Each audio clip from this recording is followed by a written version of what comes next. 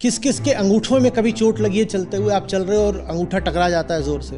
बताओ, गए हो खासकर जाड़े का अगर मौसम है और लगी अंगूठे में, तो कैसे करते हो? कोई करके दिखाएगा? आप नाचने लग जाते हो। कामना दर्द जैसी होती है, वो जब उठती है तो खड़े नहीं रह सकते एक जगह, वो नचा देती है, दौड़ा देती है। मैं मोटा बहुत हूँ, पेट कम करना है, मैं सेक्सी नहीं दिखती, मुझे हॉट बनना है, मैं गरीब हूँ, मुझे अमीर बनना है, कोई मेरी इज्जत नहीं करता, मुझे इज्जतदार बनना है। जब भी कभी कामना का बुखार चढ़े और लगे कि असफलता ही असफलता मिल रही है, पूछना अपने आप से, जिस चीज के पीछे भाग रहे हो वो भागने लायक भी थी क्या? तुम्हारे जितने प्यार रहे हैं आज तक, वो सब एक उसी प्यारी चीज के लिए हैं। एक 70 बार प्यार कर चुके हो, वो 70 के 70 प्यार उस एक के लिए रहे हैं। संतों ने, सूफियों ने कहा 70 प्यार हटाओ, एक यार दिखाओ। जो थोड़ी दूरी का है वो दुकान में मिलेगा, जो बहुत दूरी का है वो दिल में मिलेगा।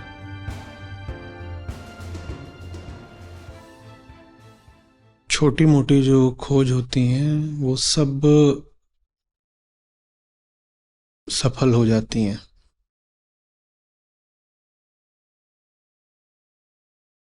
आप अगर कहते हैं कि आपको एक कलम चाहिए, हींग में थी कुछ चाहिए, कोई कपड़ा चाहिए,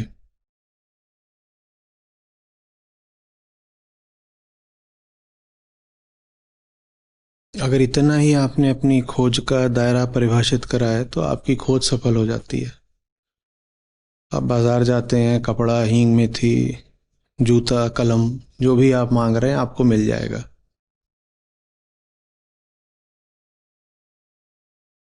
लेकिन सबसे असफल खोजें वो होती हैं जहां कामना बहुत गहरी होती है और जहां आप अपनी गहरी कामना को पूरा करने के लिए बहुत समय, बहुत ऊर्जा, बहुत जीवन लगा करके बहुत दूर तक जाने को तैयार रहते हैं। कितनी अजीब बात है। जगत का नियम कुछ ऐसा है कि यहाँ कोई छोटी चीज मांगोगे तो मिल जाएगी।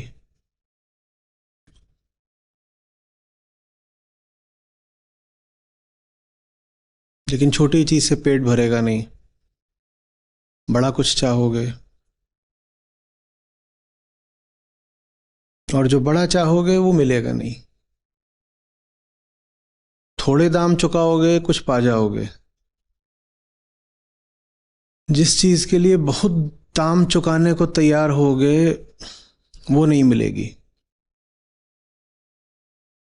जैसे कि कोई सब्जी भाजी की मंडी में हीरे मोतियों का सौदा करने पहुंच जाए। 5 रुपए की चीज चाहिए, मिलेगी। 10 रुपए की चीज चाहिए, मिलेगी। 50 की मिलेगी, 100 की मिलेगी। कहीं से आप 1 लाख का नोट ले आए तो उसकी चीज क्या, छुट्टा भी नहीं मिलेगा। अगर 1 लाख का नोट होता हो, मान लो लाख का, करोड़ का, उसको आप ले जाएं सब्जी मंडी में तो उससे आपको कुछ भी नहीं मिलेगा। मैं कह रहा हूं उसका छुट्टा भी नहीं मिलेगा। ये संसार की प्रकृति है। छोटी मांगे ये पूरी कर देता है, बड़ी मांगे पूरी कर नहीं सकता। ऐसा लग रहा है जैसे चलो आधा काम तो हो जाता है, छोटी मांग तो पूरी हो जाती है। उसमें समस्या ये है कि छोटी मांग सदा किसी गहरी ख्वाहिश का लक्षण मात्र होती है।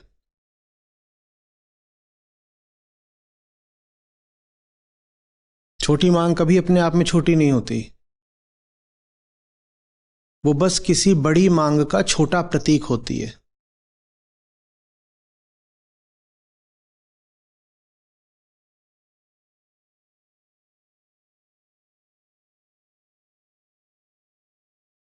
हुँ?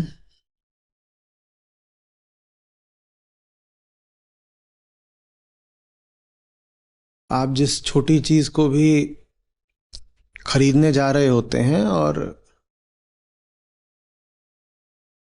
दुनिया में खरीद भी लेते हैं, यहाँ छोटी चीज़ें मिलती हैं।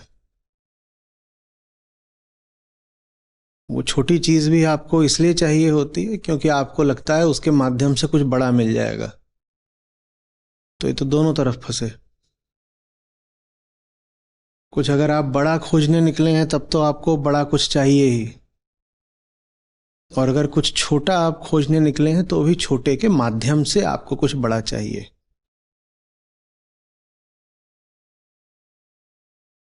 बड़ा खोजने निकलोगे तो सीधे सीधे निराशा मिलेगी। बड़ा खोजने वो निकलते हैं जिन्हें पता होता है कि उन्हें बड़े की भूख है, प्यास है, चाह है, वो निकलते हैं। वैसे लोग कम होते हैं।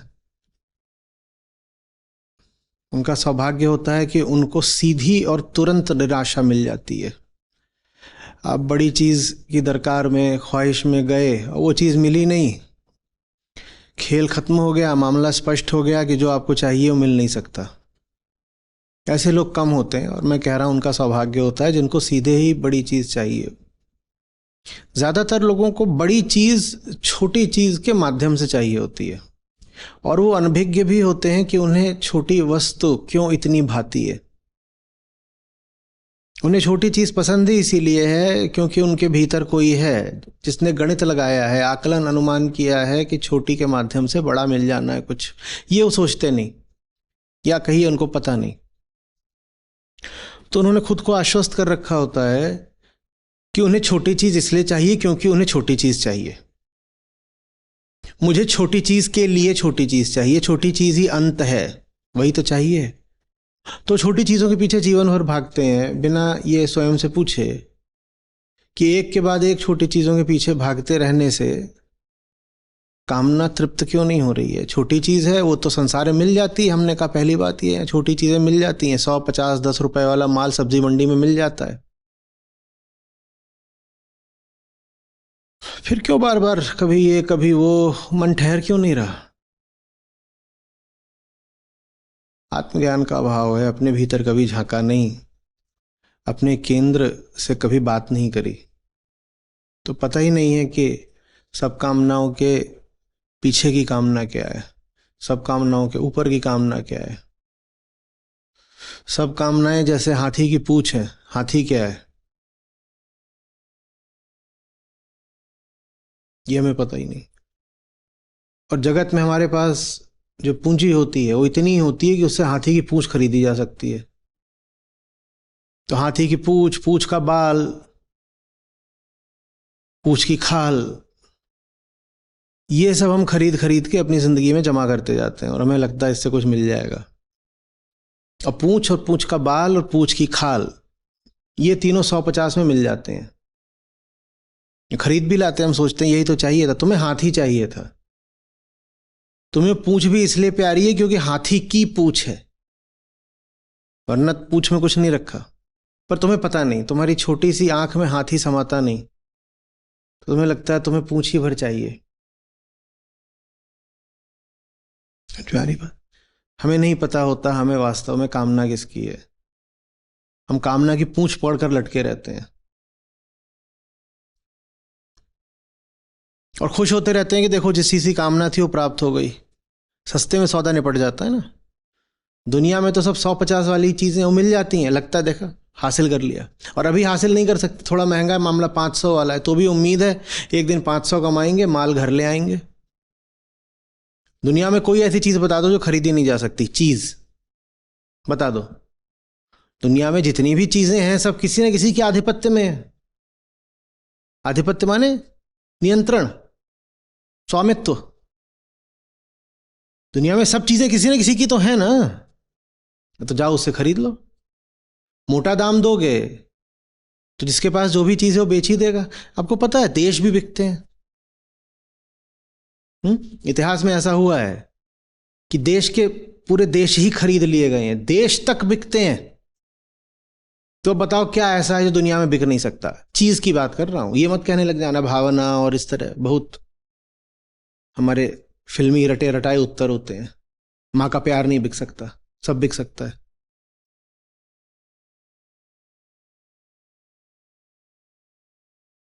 चीजें तो जो भी हैं वो या तो तुम अभी खरीद सकते हो या फिर ये आशा रख सकते हो कि खरीद लोगे।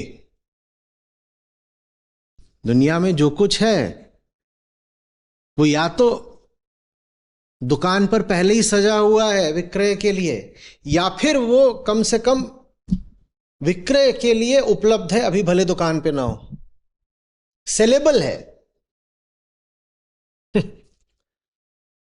बिक जाएगा, यहां कुछ नहीं है जो नहीं बिक सकता।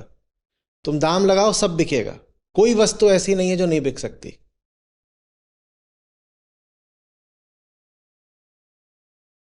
प्रश्न ये नहीं है कि बिक सकती है कि नहीं, प्रश्न ये है कि तुम्हारी जेब में उतना माल है कि नहीं। माल होगा तो यहां सब कुछ खरीदा जा सकता है। जो कुछ भी वस्तुगत है, ऑब्जेक्टिव है, ऑब्जेक्ट है, ऑब्जेक्ट, उसे खरीदा जा सकता है। यहां तक कि जो कुछ मेंटल ऑब्जेक्ट है उसे भी खरीदा जा सकता है। मेंटल माने सटल, सूक्ष्म, वो भी खरीदा जा सकता है। उदाहरण के लिए खुशी, वो खरीदी जा सकती है, बिल्कुल मेंटल ऑब्जेक्ट है ना, वो भी खरीदा जा सकता है। और जो ग्रॉस ऑब्जेक्ट्स हैं, स्थूल, उनको तो तुम खरीद ही सकते हो। बताओ क्या खरीदना है? जमीन खरीदनी है, गाड़ी खरीदनी है, रॉकेट खरीदना है, बताओ क्या खरीदना है? रूस ने एक समय पर पूरा अलास्का बेच दिया था अमेरिका को। बताओ क्या खरीदना है?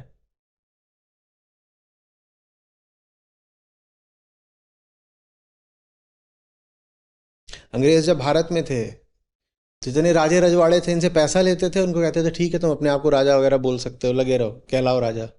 ये क्या बिक रहा है? राज्य ही तो बिक रहा है।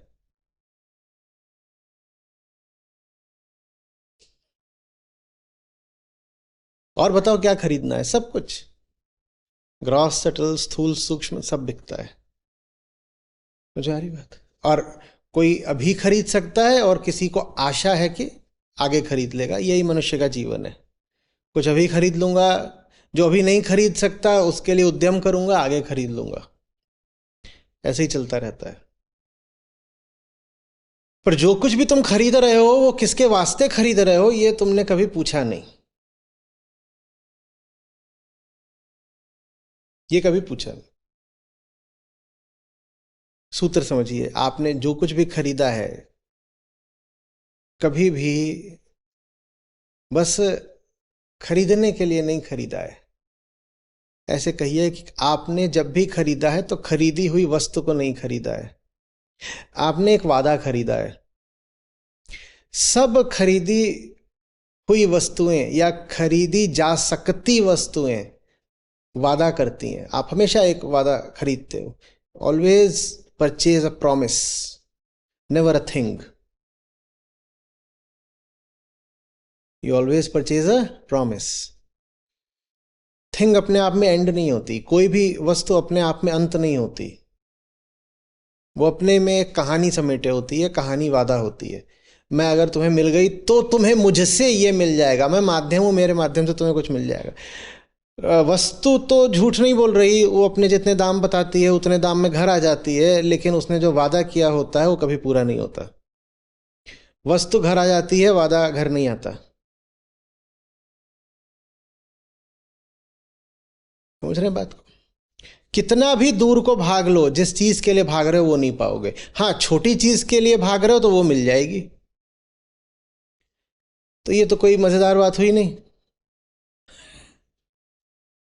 जिस चीज के लिए थोड़ी दूर भाग रहे हो वो चीज मिल जाएगी, जिस चीज के लिए बहुत दूर तक भाग रहे हो, ताउम्र पूरी जिंदगी भाग रहे हो, वो चीज नहीं मिलेगी।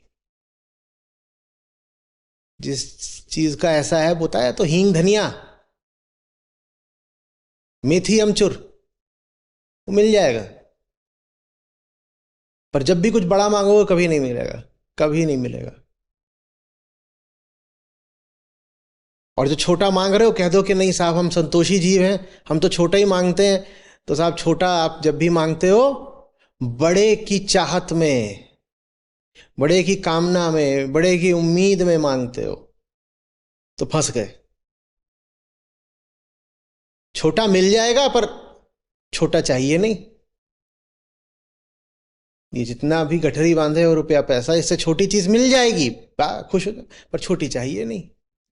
और गठरी जितनी भी बांधे हो उससे बड़ी चीज मिलेगी नहीं, फंसोगे। क्या करें? ये मानव स्थिति है, ह्यूमन कंडीशन। किसी एक व्यक्ति की नहीं, किसी एक समूह समाज की नहीं, किसी एक देश की नहीं, किसी एक लिंग की नहीं, किसी एक उम्र किसी अवस्था की नहीं, किसी एक वर्ग की नहीं। ये मानव स्थिति है, द एसेंशियल ह्यूमन कंडीशन। क्या करें?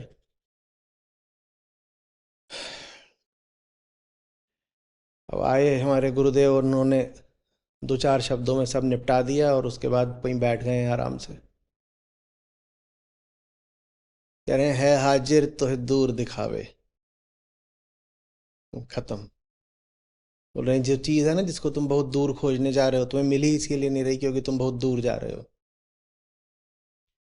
और माया का खेल ऐसा है कि जो तुम्हें चाहिए वो तुम्हें इतना प्यारा है, इतना प्यारा है कि तुम उसके लिए कितनी भी दूर जा सकते हो।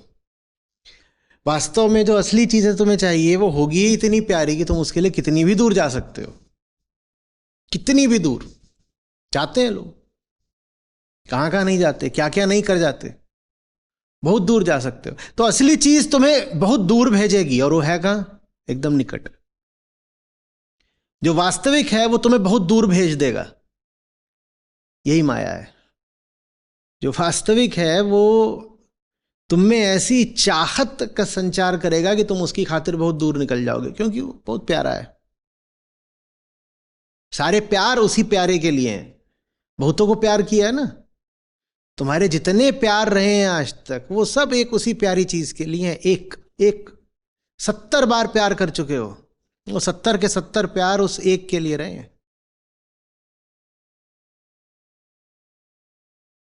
संतों ने, सूफियों ने कहा 70 प्यार हटाओ, एक यार दिखाओ। एक यार। ये 70 प्यार जो है इन्होंने जिंदगी बर्बाद कर दी। हम्म। आलू प्याज, और प्याज भी कौन सा? ये छीला तो नीचे और निकला, छीलते ही जाओ। पहले तो प्याज, और वो भी ये आम गृहस्थ का जीवन है। प्याज छिल रहा है, सुबह से शाम तक प्याज छीला जा रहा है। अदरक, उम्मीद क्या है कि अदरक से क्या मिल जाएगा? निर्वाण। और मस्त बात यह कि कहेंगे हैं हम थोड़ी अदरक से निर्वाण मांग रहे, वो तो गला खराब था तो अदरक वाली जिंजर टी।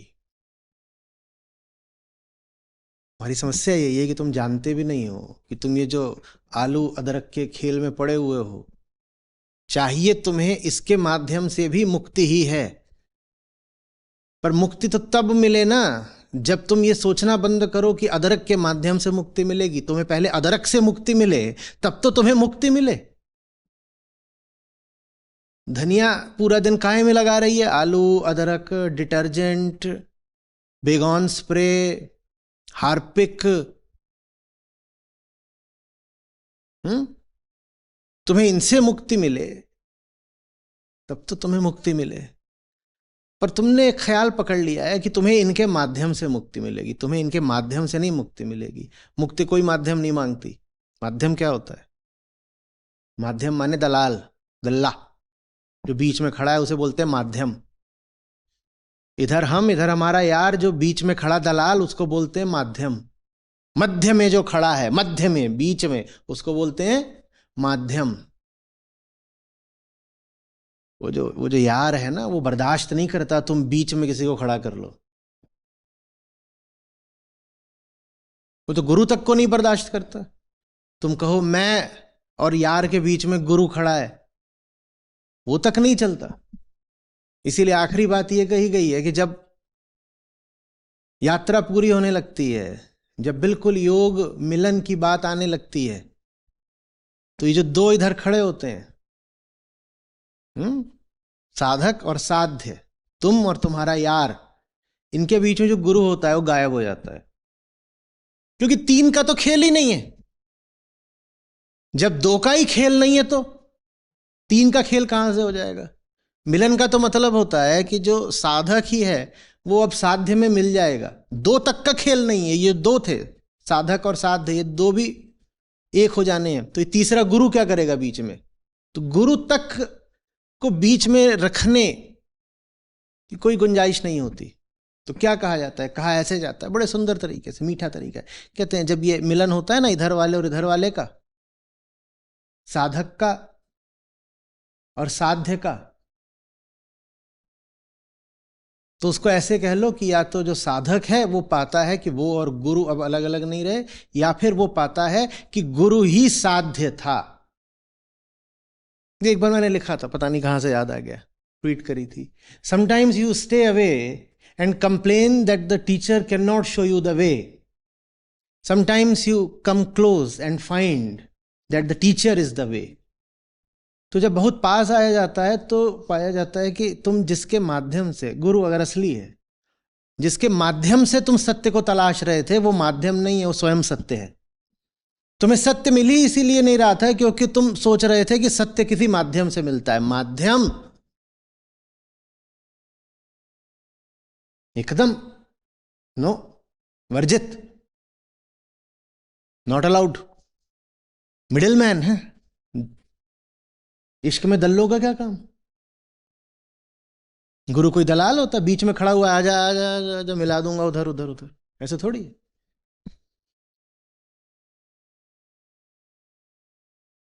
तो दोनों तरीके होते हैं, या तो तुम्हें अपने साध्य में गुरु का चेहरा दिखने लगता है, या गुरु के चेहरे में साध्य दिखने लगता है।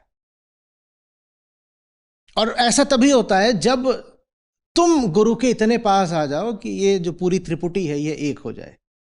नहीं तो लोग तो इसी खेल में पड़े रहते हैं। ये तीन होते हैं, राही, मंजिल और मार्ग। राही, मंजिल और मार्ग। राही वो किसको बोलते हैं? हम हैं। मंजिल क्या है? मुक्ति। और मार्ग क्या है? गुरु। भैया ये द्वैत ही कम बड़ी आफत थी, तुमने एक त्रैत खड़ा कर लिया, तीन तीन खड़े कर दिए। मंजिल उनको मिलती है जो मंजिल हो जाते हैं। गुरु उनके काम आता है जो गुरु से अभिन्न हो जाते हैं, अनन्य हो जाते हैं, इनसेपरेबल, नहीं अलग कह पाओगे कि। और शुरुआत करनी होती है ये देख करके कि जो मंजिल का पता बता रहा है उसकी शक्ल मंजिल से अलग नहीं है, अगर सचमुच मंजिल का पता बता रहा है।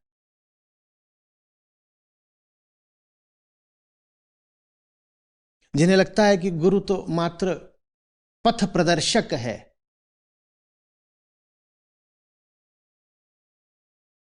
वो गुरु को इतना सम्मान कभी दे ही नहीं पाते कि वो पथ का प्रदर्शन भी कर पाए उनके लिए। पथ प्रदर्शक को तुम कितना सम्मान दे सकते हो? ताजमहल घूमने गए? ताजमहल घूमने गए क्या? वहां ये सब आते रहते हैं, हम दिखा देंगे ताजमहल, दिखा देंगे कुतुब मीनार, दिखा देंगे, कहीं भी चले जाओ आ जाते हैं। अब तो ऐसा है कि सरकार पर्यटन को जबरदस्त प्रोत्साहन दे रही है।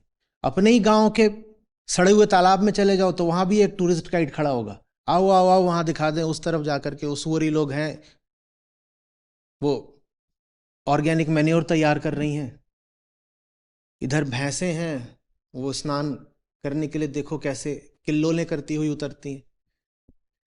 और ऐसे जो तुमको बताता है गाइड, उसको तुम कितनी इज्जत दे लेते हो? कितनी दे लेते हो? कितनी दे लेते हो? कुछ। कितने लोगों ने किसी पर्यटन की जगह पर गाइड कराए, कितनी इज्जत दी थी उसको? कुछ बोल रहा है सुना, कुछ नहीं सुना, कई बार तो आधे में भगा दिया उसको। वो भी ऐसे ही अपना भाग भाग भाग भाग कुछ करे जा रहा है, अल्टा पलटा अपना। और जैसे ही उसका काम खत्म हुआ उसको क्या बोला? चल फुट, निकल यहां से। पहले उसको पकड़ के पैसे तय किए थे, हाँ तेरा कितना है, सरकारी रेट कितना है, तू कितना बता रहा है, ये सब होता है। हम यही रुख जीवन के प्रति भी अपना लेते हैं। समझना जरूरी है, क्योंकि आज साहब फरमा रहे हैं कि गुरु बिन भरम न जासी। हमारी आम चर्या में, लौकिक व्यवहार में गाइड स्वयं ताजमहल नहीं हो सकता। आप ताजमहल देखने गए हो, गाइड करते हो, गाइड स्वयं ताजमहल नहीं होता। तो हम सोचते हैं कि जो भीतरी दुनिया है वहां भी ऐसे ही रखना है। गुरु गाइड है और वो आपको ताजमहल के दर्शन करा। ताजमहल अभी यहां किसका प्रतीक है? मुक्ति का। और गाइड किसका प्रतीक है? गुरु का। तो जैसे अपने लौकिक व्यवहार में जो आपका मटेरियल कंडक्ट होता है, उसमें आप कहते हो देखने हम क्या आए हैं, असली चीज क्या है। और ताजमहल तो कोई भी गाइड दिखा देगा ना, 70 खड़े हैं कोई भी दिखा देगा। गाइड एक कमोडिटी है, 70 खड़े हैं कोई भी दिखा देगा। और इज्जत किसकी है? ताजमहल की। गाइड की थोड़ी इज्जत है। वही व्यवहार हम दोहराने लग जाते हैं आंतरिक जगत में भी। हिसाब किताब की आदत लग गई है। मन बहुत पुराना व्यापारी है, घटिया व्यापारी है। आज तक बस नुकसान उठाया उसने, बड़ी पुरानी है। तो यहां भी हम यही सोचते हैं मुक्ति ताजमहल है, गुरु गाइड है। ऐसा नहीं होता। जिसको गुरु में ही ताज दिख गया, बस वही सरताज हुआ। जो सोच रहा है कि गुरु तो गाइड है, वो ताजमहल दिखाएगा और ताजमहल पालेंगे, फिर गुरु को लतिया देंगे, उसको कुछ समझ में नहीं आया। अभी वो अपनी दुनियादारी का ही हिसाब लगा रहा है। वो बाहर के जगत जैसा ही भीतर के जगत को सोच रहा है। बहुत आखिरी बात है, पर चूंकि आज हम भजन के आखिर में पहुंच गए हैं, तो आखिरी बात तो मैं आपसे कहूंगा। आखिरी बात यह कि गुरु मंजिल की ओर ले नहीं जाता, गुरु स्वयं मंजिल होता है। और अगर गुरु ऐसा है कि वो आपको मंजिल की ओर ले जा रहा है और खुद मंजिल नहीं हो पा रहा, तो ऐसा गुरु फिर किसी काम का भी नहीं है। वो फिर वही है, गाइड है बस। उसको बोलो हाँ भैया ठीक है, तुमने दिखा दिया ताजमहल, हमने घूम लिया, अब तुम अपने रास्ते, हम अपने रास्ते। पर ये बात बहुत खतरनाक है, क्योंकि इसी बात के माध्यम से शिष्यों का खूब शोषण भी हुआ है। जितने ये फिर ताजमहल वाले गाइड होते हैं, उन्होंने इसी बात का दुरुपयोग करके स्वयं को गुरु भी घोषित कर दिया है। तो इस बात के लिए बहुत सावधान रहना पड़ेगा। लेकिन हम सावधानी को ये अधिकार भी नहीं दे सकते कि वो सत्य के आड़े आ जाए। सारी सावधानी इसलिए होती है ताकि हम सत्य तक पहुंच सकें। ऐसी सावधानी, ऐसी सतर्कता का क्या करेंगे जो सत्य की राह में रोड़ा बन जाए। तो जब हम आखिरी बात पर पहुंचते हैं, तो सावधानी को भी थोड़ा किनारे रखना पड़ता है। तो सारी सावधानियां हटाते हुए मैं आपको जो आखिरी बात है, मेरी क्या बात है, साहब की बात है, आपसे कहे दे रहा हूं। समझ में आ रही बात? हिसाब किताब नहीं, 3 नहीं। गुरु अगर साधन भी है, तो साधन आपके काम नहीं आएगा अगर उसको सिर्फ साधन समझोगे। क्योंकि साधन आपको साध्य तक ले जाने के लिए गहन एक निष्ठा मांगेगा। एक निष्ठा का मतलब है कि जो कहा गया उससे जरा भी विचलित नहीं होना है, हिलना डुलना नहीं है। साधन को इतना सम्मान दिया ही नहीं जा सकता। ताजमहल वाले गाइड को कितना सम्मान दे सकते हो? नहीं दे पाओगे, कोशिश करोगे तो भी नहीं दे पाओगे। गुरु को साधन मांगोगे तो वो तुम्हें साध्य तक भी नहीं ले जा पाएगा। जिस साध्य तक, जिस अंत, जिस मंजिल, जिस मुक्ति तक गुरु तुम्हें ले जाना चाहता है, वहां तक ले जाने के लिए गुरु के प्रति इतनी एक निष्ठा चाहिए कि तुम कहो कि मुझे किसी साध्य की कोई तलाश नहीं है, मेरा साधन ही मेरा साध्य है। बाहर के जगत में ऐसा नहीं होता। बाहर के जगत में आप कार पे बैठते हो, कार पे बैठ करके आप कहीं जा रहे हो, भिंडी बाजार, तो कार स्वयं भिंडी बाजार नहीं हो जाती। भिंडी बाजार जाने के लिए आप कार पे बैठते हो, वहां पहुंच जाते हो, आप कार से उतर जाते हो। बाहर की दुनिया का हमारा अनुभव यह है कि साधन को त्यागा जाता है, भीतर की दुनिया में साधन त्यागा नहीं जाता, भीतर की दुनिया में जागा जाता है, जाग के जाना जाता है कि साधन यदि वास्तव में साध्य तक ले जा सकता है तो साधन ही साध्य है। साध्य से नीचे कैसे मान लूं ऐसे साधन को जो साध्य तक ले आया, बताओ मुझे। साध्य से भिन्न कैसे मान लूं ऐसे साधन को जो साध्य तक ले आया मुझे, बताओ। ज्ञानी प्रेमी और आगे गए हैं, उन्होंने कहा ये तो छोड़ो कि मैं साधन को साध्य से अभिन्न मानूं। वो बोले साध्य स्वयं तो आ नहीं रहा था ना हमसे मिलने, हमारे काम तो साधन आया है, साध्य नहीं। तो साधन ना होता तो ये तो छोड़ो कि हमें साध्य से कौन मिलवाता, साधन ना होता तो हमें ये ना पता चलता कि असली साध्य है क्या। हम तो नकली साध्यों की तलाश में उम्र बिता रहे थे, हम तो नकली मंजिलों के रास्तों की धूल फांक रहे थे। ये साधन ना होता तो हमें साध्य का पता छोड़ो परिचय भी कौन बताता। जिसका परिचय पता हो उसका पता जाना जाता है ना, जिसका परिचय ही नहीं पता उसका पता जानकर गलत जगह ही पहुंच जाओगे। जिसका परिचय नहीं पता उसका पता भी पता चल गया तो गलत पते पर पहुंच जाओगे। ठीक, तो कहते हैं साधन सिर्फ साध्य के बराबर नहीं है, साधन साध्य से ऊंचा है। साधन सिर्फ साध्य के बराबर नहीं है, साधन साध्य से ऊंचा है। न हो साधन तो हम यही करेंगे कि जब छोटी चीज को छोटे दामों खरीद नहीं पाएंगे तो और बस मेहनत करते जाएंगे और लुटते जाएंगे। कहेंगे छोटी चीज से तो काम बन नहीं रहा है, बड़ी चीज चाहिए, और बड़ी चीज चाहिए तो बड़े दाम चुकाइए। कितने दाम चुकाए आदमी, दाम चुका चुका के खत्म हो जाएगा। जिंदगी छोटी चीज है।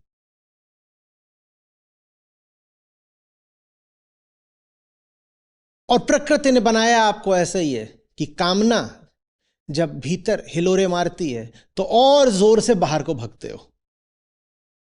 कोई नहीं मिलेगा जिसमें कामना जल रही हो और वो जहां है वहीं बैठ जाए।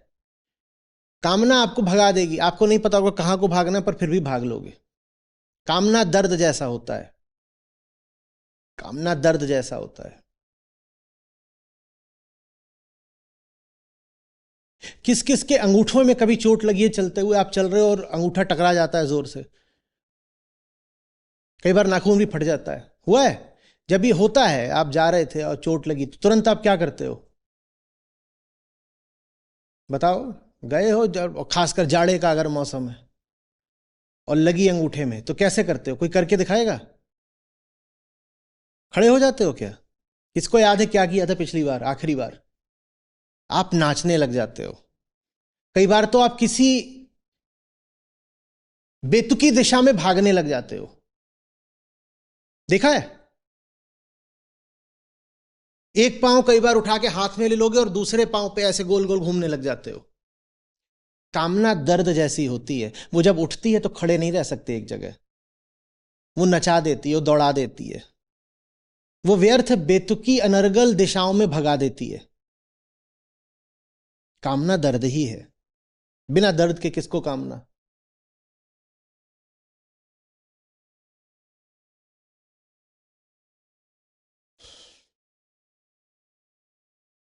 मुझ में आ रही बात।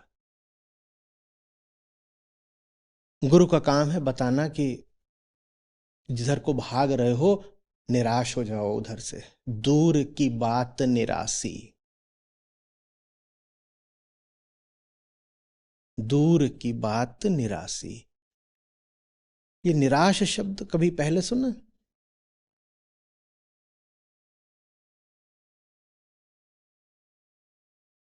सारी गीताएं ज्ञानियों प्रेमियों के वक्तव्यों में समा जाती हैं, सारी गीताएं। दूर की बात निराशी, जो कामना जितनी दूर की हो उससे उतनी तेजी से और एकदम तुरंत निराश हो जाओ। पास की कामना कर लो पूरी, कौन रोक रहा है? यह छोटी चीज है। अदरक चबानी, चबा लो, कितनी चाहिए मैं भी दे देता हूं। छोटी कामना पे कोई लगाम लगाने की जरूरत नहीं है। पर जो हमारा पूरा धर्म का खेल रहा है, वो बड़ी कामना को समझता तो कभी है ही नहीं और छोटी पर अंकुश लगा देता है। शाम को 7 बजे के बाद तू भोजन नहीं करेगा, अरे खा लेने दो उसे जब भी खाना चाहता है, ये बहुत छोटी बात है, इसका धर्म से क्या लेना देना। मैं बहुत महान आदमी हूं क्योंकि मैं यहां पे ऐसे अपना पूरा तिलक विलक लगाता हूं, मल लेता हूं। अरे मलो चाहे नहीं मलो, बहुत छोटी बात है, इसका धर्म से क्या लेना देना। धर्म इन छोटी बातों के लिए नहीं है, मेथी तरकारी के लिए नहीं है। धर्म बस तुम्हारी आखिरी कामना से सरोकार रखता है, बाकी तुम्हें जो करना हो करो। मुझे नहीं पीनी, बताओ कौन सा धर्म आके कहता है पीनी जरूरी है। अच्छा बोलो पीनी जरूरी है, नहीं पीऊंगा। फिर से बोलो पीनी जरूरी है। ये यहां बैठे हुए बहुत नैतिक आदमी है, तुम बोलो मत पियो मत पियो, अब ऐसे ही पीना वीना गंदी बात है मत पियो, बोलो मना करो। अरे जोर से बोल लो, काहे सहमे हुए हो इतना, चिल्ला के बोलो जैसे ट्रोल कर रहे हो मुझे। मत कीजिए।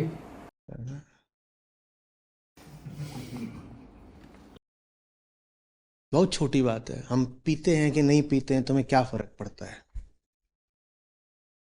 क्या फर्क पड़ता है। मैंने इसको ऐसे न करूं तो मैं अधार्मिक हो जाऊंगा, बोलो। और इन चक्करों में फंसने से होता बस ये है कि जो बात वास्तविक धर्म की है तुम बहुत सहूलियत से उससे बच निकलते हो, बहुत सहूलियत से। यहां जितने बैठे हुए हैं सबने अपनी अपनी चप्पलें उतार दी हैं। अहंकार किसने उतारा है? चप्पलें उतार करके बड़ी सहूलियत हो गई कि यहां पर अपना बढ़िया चल रहा है। बहुत छोटी बात थी, पहन लो चप्पल। तुम यहां चप्पल उतार के बैठे हो, इससे कुछ नहीं हो गया। खोपड़ा उतार के बैठो ना। तुम क्या ऐसे टांट पे हाथ फेर रहे हो? इसको नहीं कहते बाल उतारना, खोपड़ा उतारना। वो एकदम तुरंत उसने ऐसे करा, बोला आज तो हमारे साथ जोड़ीदार भी मौजूद है।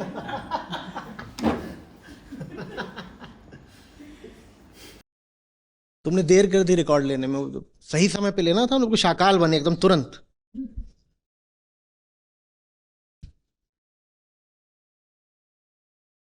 तुम चप्पल पहन के बैठे कि चप्पल उतार के बैठे नहीं फर्क पड़ता, फर्क पड़ता है कि कुछ और है यहां पर, उसको उतार के बैठे कि नहीं बैठे। नैतिकता इनकी इतनी प्रबल है, सबने बाहर चप्पल उतारी, मैं भी बाहर उतार लाया, तो गुरु जी की चरण पादुका है वो अंदर आई है, वो वहां लाके वहां रख दी है। सबकी बाहर उतरी है तो मैं ही बाहर उतार लेता हूं।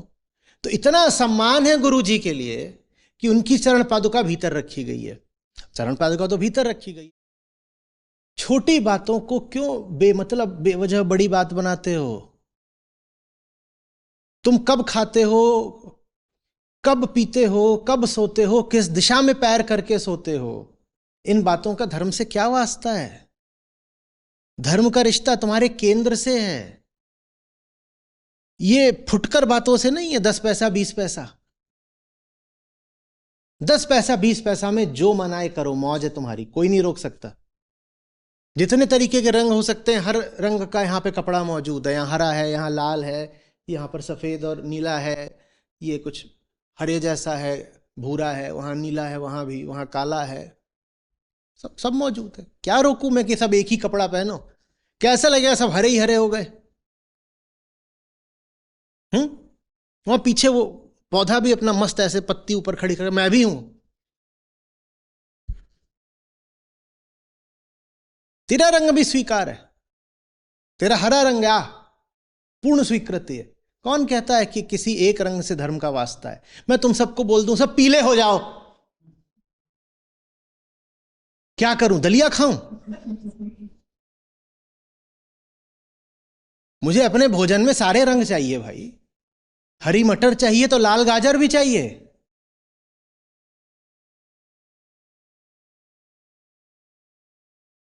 पोत दिया सबको एक ही रंग से।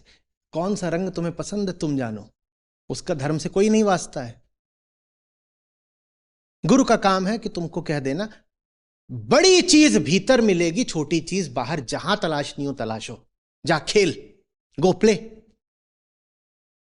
हाँ, बस बड़ी चीज को बाहर खोजने मत निकल जाना। 10 रुपए की चीज बाहर मिलेगी, अरबों की चीज भीतर मिलेगी।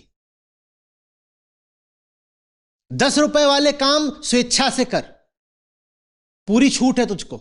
छोटे मोटे कामों में तो ही रोक टोक नहीं है। हमारा धर्म बस छोटे मोटे कामों में रोक टोक लगाता है। हर छोटे काम को कहेंगे हमें धर्मानुसार करना है, शास्त्र विहित तरीके से करना। ये इतने टुच्चे कामों में शास्त्र कहां से घुसाया भाई? नाखून किस दिन काटना है शास्त्र बताएगा। हाथ धोते समय पानी ऐसे लेना है कि ऐसे लेना है, यह शास्त्र बताएगा। दाढ़ी बनानी है कि नहीं बनानी है शास्त्र बताएगा। ये कौन सा शास्त्र है जिसकी इतनी रुचि है तमाम तरह के बालों में? ये शास्त्रकार थे।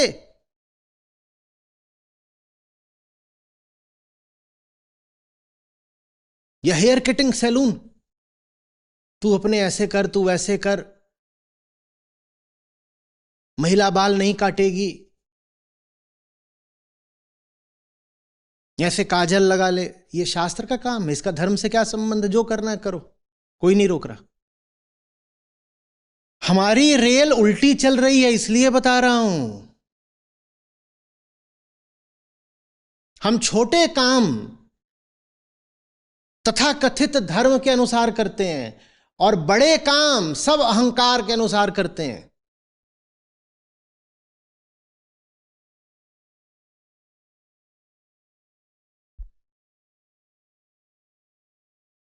ठीक 4 बजे उठ जाते हैं और 4 बजे उठ के अगर तुम जाके गली के सब कुत्तों को लठ मारते हो तो हम तो कहते हैं मत उठा करो। क्या हो गया 4 बजे उठने से? वो 4 बजे उठते ही इसीलिए कि सड़क खाली रहेगी, सब कुत्ते मिल जाएंगे पीटने को। कभी 4 बजे जाके देखना, वो लठ लेके गली में कुत्ते दौड़ा रहे होते हैं। 4 बजे तुम उठे कि नहीं उठे, इससे क्या फर्क पड़ता है? हाँ, तुम में करुणा नहीं है तो इससे फर्क पड़ता है। और बहुत ऐसे होते हैं, मैंने जो उदाहरण दिया है वो बड़ा खुरदुरा है, लोगों को छील देता है, बुरा लगता है।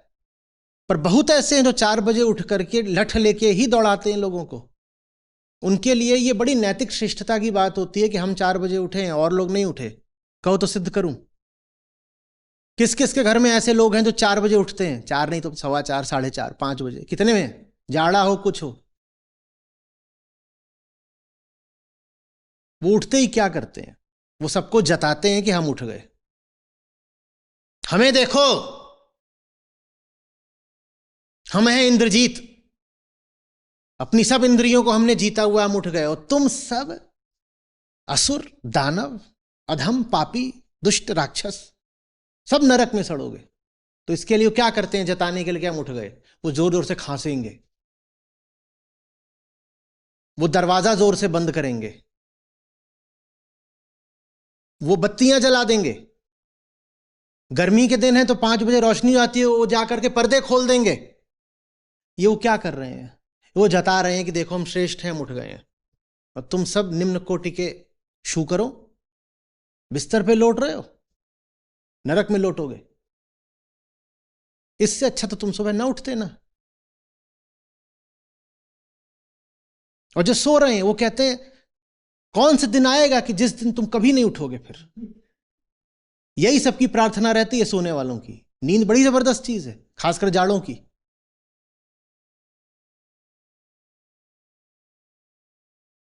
मैं सुबह उठा हूं, रसोई में जाकर के जोर जोर से आवाज करें, कढ़ाई गिरा दी, जता रहे हैं कि देखो हम उठे हुए हैं और चाय बना रहे हैं तुम सबके लिए, और तुम सब हो बिल्कुल बेगैरत लोग, सो रहे हो, बिस्तर तोड़ रहे हो। इससे अच्छा तुम ना उठे होते ना।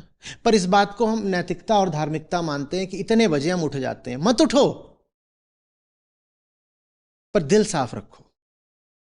धर्म इसमें नहीं है कि तुम कितने बजे उठ गए, मुंह में क्या लगाया, कौन सा कपड़ा पहना, पहना कि नहीं पहना। तुम कुछ मत पहनो, तुम बहुत कुछ पहनो, तुम्हारी मर्जी। ये कौन सी बातें हैं? ये छोटी बातें हैं, 2 रुपए की बातें हैं। धर्म बहुत बड़ी चीज है, उसका ताल्लुक इन 2 रुपए की बातों से बिल्कुल नहीं है, एकदम नहीं है। धर्म का संबंध है प्रेम से, बोध से, करुणा से, सत्यनिष्ठा से, ईमानदारी। बहुत बड़ी बात, वही है प्रेम। धर्म के लिए कोई मुझसे पूछेगा एक शब्द बताओ, मैं कहूंगा ईमानदारी।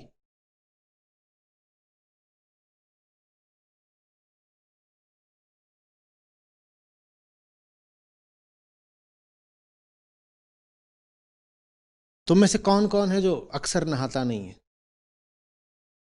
किससे छुपा रहे हो? मुझसे? Of all people? तू तो दोनों हाथ दोनों पांव खड़ा कर दे, किससे छुपा रहा है? घर में जब ऐसा होता है कि नहाते नहीं हो तो तुम्हें कैसे देखा जाता है, किस दृष्टि से? दुराचारी, दुष्कर्मी।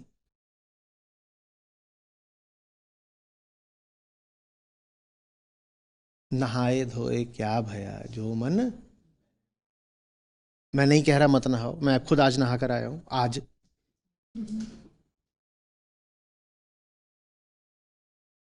लेकिन इन बातों को धर्म नहीं कहते कि मैं तो रोज नहा लेता हूं, मैं धार्मिक आदमी हूं। विशेषकर वैष्णव धारा में इन बातों को बहुत महत्व दिया जाता है। साफ सफाई, शुचिता, इतने बजे नहाना, इतने बजे खाना, ऐसे आचरण करना, ये सब करना। तो थे कोई जो बोल गए थे वैष्णव जन तो तेने कहिए पीर पराई जाने रे। इसको प्रसिद्ध गांधी जी ने करा, पर किसका भजन है वो आप खोज के लिखोगे।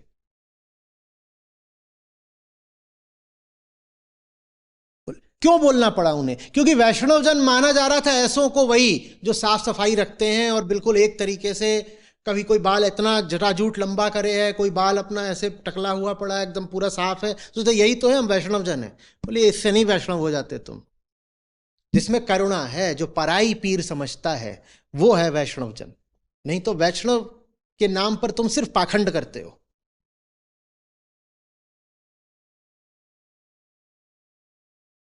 तुम्हें आ रही बात? बड़ी बात के प्रति बाहर की दिशा से निराश हो जाओ, दूर की बात निराशी। बड़ी चीज बाहर नहीं है।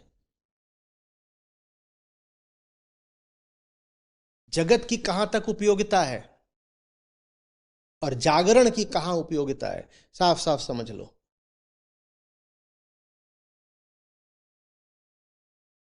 टूथपेस्ट चाहिए, किसकी उपयोगिता है? जगत की। ध्यान लगाने मत बैठ जाना मुंह गंधा रहा हो तो, कि अभी चचा ध्यान में बैठ गए हैं, मुंह बदबू मार रहा था बिल्कुल एकदम, अब सुगंध फूटेगी मुंह से। तुम कितना भी ध्यान लगा लो, मुंह अगर बदबू मार रहा है तो तुम्हें टूथपेस्ट चाहिए। ध्यान से कुछ नहीं होगा। बुखार चढ़ा हुआ है तो आरती करने से कुछ नहीं पाओगे। बुखार चढ़ा हुआ है तो फार्मेसी जाओ, डॉक्टर के पास जाओ। इन बातों में जगत की उपयोगिता है। ये छोटी बातें हैं। ठंड लग रही है तो कूदने से कुछ नहीं होगा कि हम तो अभी बिल्कुल भगत हो गए हैं और भक्ति में कूद रहे हैं। ठंड लग रही है, जाओ अलमारी खोलो, कुछ कोट वोट धारण कर लो। इन बातों में जगत की उपयोगिता है। समझ में आ रही है बात? और जागरण की कहां उपयोगिता है? जिस हेतु तुम्हारा जन्म हुआ उस मुद्दे में जागरण की उपयोगिता है। जीवन के मूल मुद्दे में जगत की कोई उपयोगिता नहीं है, वहां जागरण की ही उपयोगिता है।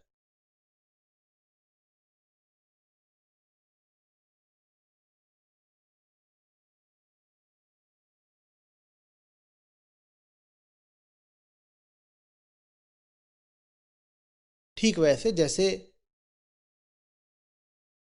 छोटे सारे युद्ध हारने स्वीकार भी करे जा सकते हैं, पर जो जीवन का केंद्रीय युद्ध है उसमें घुटने नहीं टेके जाते। जीवन की जितनी छोटी बातें हैं उनका ताल्लुक जगत से है, वहां जगत को पूरा सम्मान दो। और जो जीवन की केंद्रीय बात है उसमें दूर की बात निराशी, वहां जगत से कुछ नहीं मिलने वाला, वहां जागरण से ही मिलेगा। वहां कितना दौड़ोगे जगत के पीछे, लुट जाओगे दौड़ते दौड़ते तो भी जगत से कुछ नहीं पाओगे उस मुद्दे में।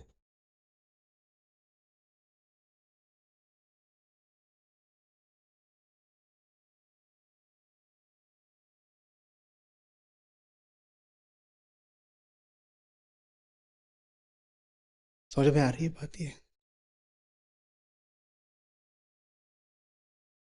दो किस्म की गलतियां होती हैं, हमने दोनों की बात करी है, अगर आप समझे हो तो। पहली गलती है कि छोटी बात को जगत की ना मानकर धर्म की मान लेना। छोटी बात छोटी और जगत की है, उसमें धर्म चुप रहता है, मौन रहता है। धर्म कहता है टुच्ची बात है, इसमें हमें कुछ नहीं बोलना, बहुत छोटी बात है, तुम देख लो तुम्हें क्या करना है, हमें इस पे कुछ बोलना नहीं है, तुम्हारी मौज, तुम्हारी मर्जी, तुम्हारा विवेक, खुद तय करो। धर्म उसमें कुछ नहीं बोलता। तो पहली गलती होती है कि छोटी बात को तुमने क्या बना दिया? धर्म की बात। और दूसरी बात होती है कि जो बड़ी बात है, धर्म की बात है, उसको तुमने क्या बना दिया? जगत की बात। हम दोनों गलतियां करते हैं, एक नहीं दोनों। कोई भी ऐसा नहीं होता जो सिर्फ एक गलती करता हो, जो करता है वो दोनों गलतियां करता है।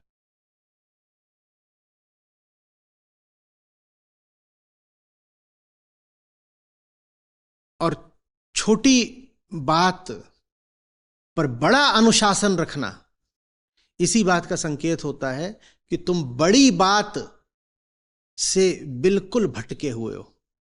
छोटी बात पर इतना अनुशासन, उसको इतना महत्व, इतना सम्मान, निश्चित रूप से तुम्हें बड़ी बात का कुछ ख्याल ही नहीं है। नहीं तो छोटे मुद्दे को छोटा रहने दिया होता ना।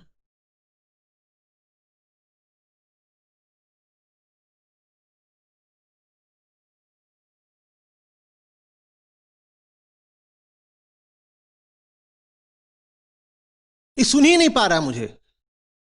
धार्मिक आदमी है, नैतिक आदमी है, ये कह रहा है आप कैसे बता रहे हैं छोटी बात, आपके हाथ में ये पेन है, ये घूम रहा है। और महापुरुष लोग बता रहे होते हैं कि जिसके हाथ में कलम घूम रही होती है ना, उसका तो मन भी घूम रहा होता है। हमने पुरानी किसी बोध कथा में पढ़ा है कि जिसके हाथ में कलम घूम रही होती है उसका तो। ये करते हैं हम धर्म के नाम पर कि सारा उनका ध्यान इस बात पर है कि ये जो यहां बैठा हुआ है इसके हाथ में मैं एकदम कचरा बात बोलूं, मैं गधा की तरह बोलूं, पर मैं बिल्कुल सुसंस्कृत, शांत और नैतिक तरीके से बोलूं तो धार्मिक लोग स्वीकार कर लेंगे। और उस तरह से सुसंस्कृत होने का अभ्यास करना बहुत आसान है। अभ्यास कुछ नहीं करना। मैं तो अभिनेता हूं, बिना अभ्यास करे वैसा बन सकता हूं। बताओ।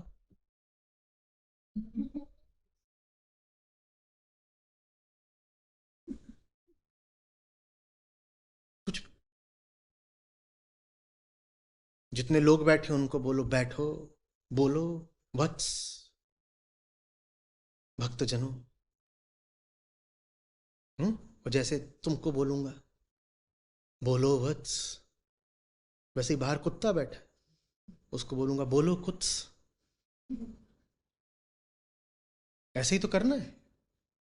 बिल्कुल गरिमा मर्यादा के साथ गुरु गंभीर होकर बात करनी है और ऐसा लगेगा अरे अरे गजब डिविनिटी, दैवीयता बरस पड़ी बिल्कुल। और मैं तुम्हारे साथ सहज होकर बैठ जाऊं, मैं ऐसे कलम के साथ खेलते हुए तुमसे बात करें, यह है इनका तो अपनी इंद्रियों पे अभी वश नहीं है। हाँ नहीं है तो, और है कि नहीं है तुम्हें क्या पता? तुम्हें क्या पता कि मैं अभी गंभीर हूं कि खेल रहा हूं? तुम्हें क्या पता? तुम्हें क्या पता कि मैं इन सत्रों मैं काम करने आता हूं या खेलने आता हूं, तुम्हें क्या पता?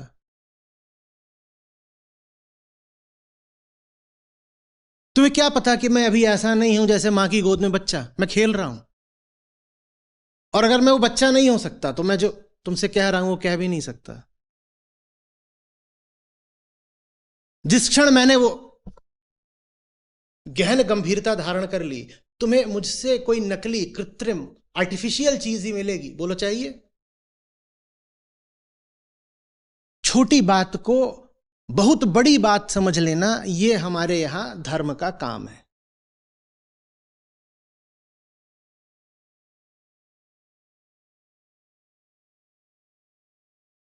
अरे मैं खेल रहा हूं, और जैसे खेल खेल में जीत के लिए तत्पर हुआ जाता है, वैसे ही मैं तत्पर हूं।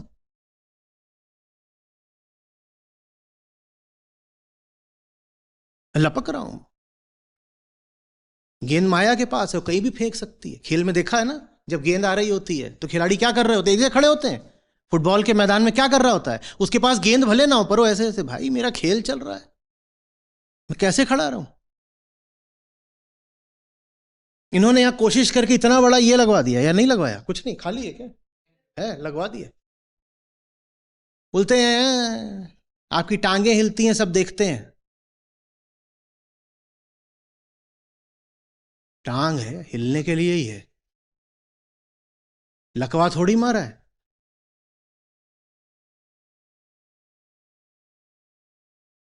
क्या देख रहे हो नीचे से? टांग ही हिल रही है। ये बहुत बड़ी बात हो गई। क्या टांग हिल रही है कि नहीं, कलम से ऐसे ऐसे किया कि नहीं? हम्म। और जो असली बात है उससे कोई लेना देना नहीं। छोटी छोटी टुच्ची बातों पर ध्यान लगा करके स्वयं को प्रमाण पत्र और प्रशस्ति पत्र दे रखा है कि हम तो अच्छे धार्मिक वैष्णव आदमी हैं। टुच्ची बातें, वास्तविक बात से कुछ नहीं। जो वास्तविक बात है वो यही है।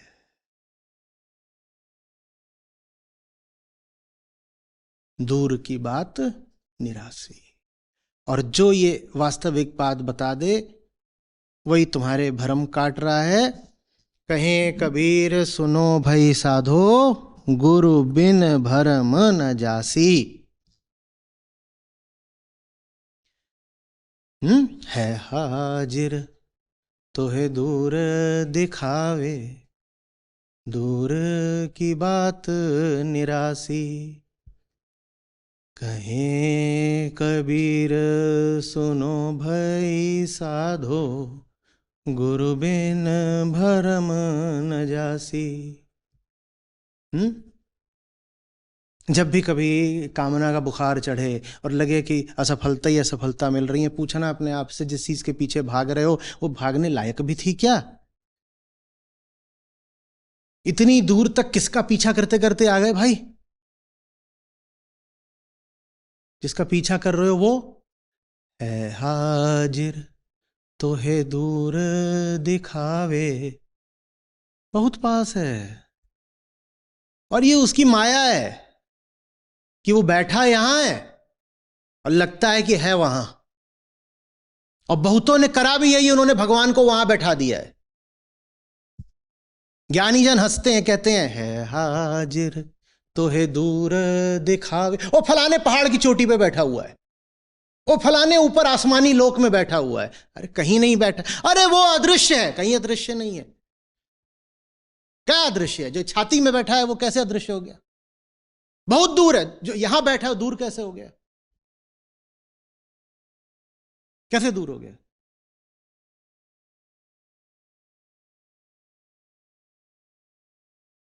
यही माया है, बस यही माया है। जो बिल्कुल निकट का है, हम अपने जितने निकट हैं, जो हमारे उससे भी ज्यादा निकट है, माया ने उसे हमसे दूर बैठा दिया। तुम खुद अपने जितने पास हो, सत्य तुम्हारे उससे भी ज्यादा पास है। माया का काम यह कि माया ने कहा सत्य तो बड़ी दूर, चल दौड़ लगाएं। और दौड़ कैसे लगानी है? अपने सारे भरम साथ लिए लिए दौड़ लगाओ। भरम साथ लिए लिए दौड़ नहीं लगाओ, जहां हो वहीं रुक जाओ, भरम काट दो, सत्य हाजिर है हाजिर तो है दूर दिखावे।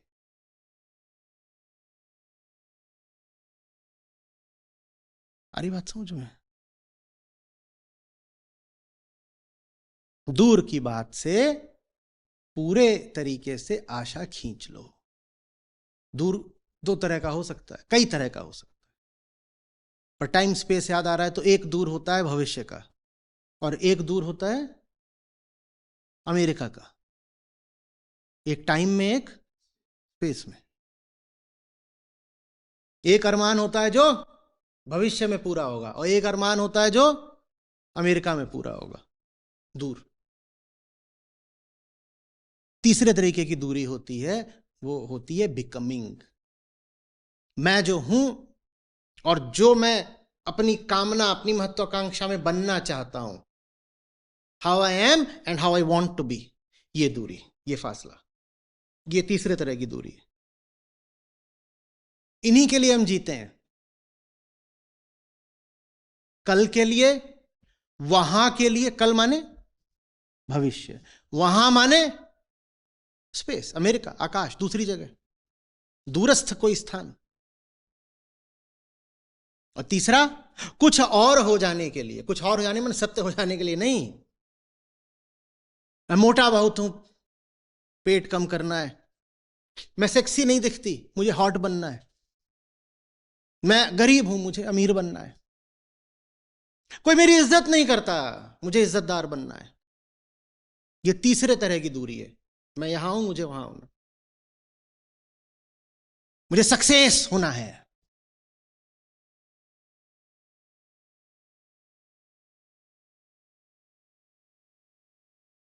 ये दूरी है।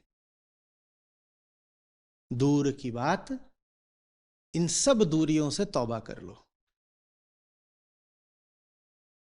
जो कुछ भी दूर का है, अगर वो सचमुच बहुत दूर का है तो बहुत पास का होगा। जो थोड़ी दूरी का है, जाओ और दुकान से टूथपेस्ट खरीद लाओ। जो थोड़ी दूरी का है वो दुकान में मिलेगा, जो बहुत दूरी का है वो दिल में मिलेगा।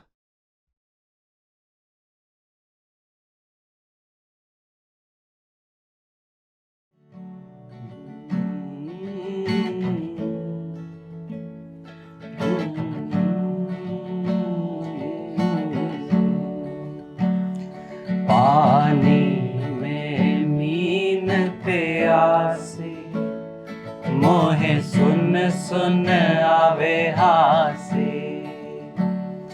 पानी में मीन प्यासी, मोहे सुन सुन आवे हासी।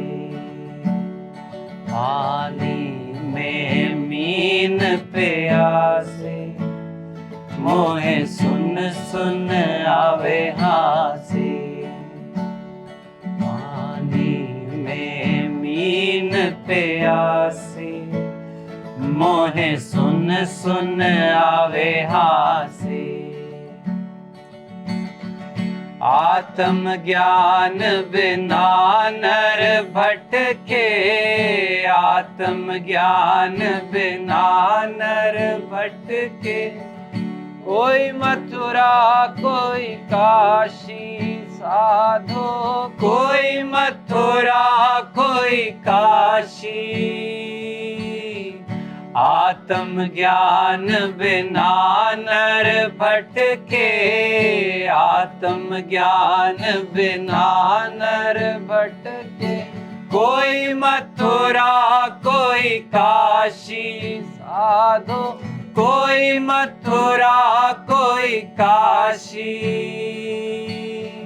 जैसे मृगाना भी कस्तूरी, जैसे मृगाना भी कस्तूरी। बन बन फिरत उदासी, पानी में मीन प्यासी। मोहे सुन सुन आवे हासी। पानी में मीन प्यासी, मोहे सुन सुन आवे हासी। जल बिच कमल कमल बिच कलियां, जल बिच कमल कमल बिच कलियां, साधो तापर भवर निवासी। जल बिच कमल कमल बिच कलियां, जल बिच कमल कमल बिच कलियां, तापर भवर निवासी। साधो तापर भवर निवासी। सो मन बस त्रयलोक भयो है, सो मन बस त्रयलोक भयो है। यति सती सन्यासी, पानी में मीन प्यासी। मोहे सुन सुन आवे हासी, पानी में मीन प्यासी। मोहे सुन सुन आवे हासी। जाको ध्यान धरे विधि हरिहर, जाको ध्यान धरे विधि हरिहर। मुनि जन सहस 88, साधो मुनि जन सहस 88। जाको ध्यान धरे विधि हरिहर, जाको ध्यान धरे विधि हरिहर। मुनि जन सहस 88, साधो मुनि जन सहस 88। सो तेरे घट माही विराजे, सो तेरे घट माही विराजे। परम पुरुष अविनाशी, पानी में मीन प्यासी। मोहे सुन सुन आवे हासी, पानी में मीन प्यासी। मोहे सुन सुन आवे हासी। है हाजिर तो ही दूर दिखावे, है हाजिर तो ही दूर दिखावे। दूर की बात निराशी, साधो दूर की बात निराशी। है हाजिर तो ही दूर दिखावे, है हाजिर तो ही दूर दिखावे। दूर की बात निराशी, साधो दूर की बात निराशी। कहे कबीर साहब सुनो भाई साधो, कहे साहब जी सुनो भाई साधो। गुरु बिना भरम न जासी, पानी में मीन प्यासी। मोहे सुन सुन आवे हासी, पानी में मीन प्यासी। मोहे सुन सुन आवे हासी।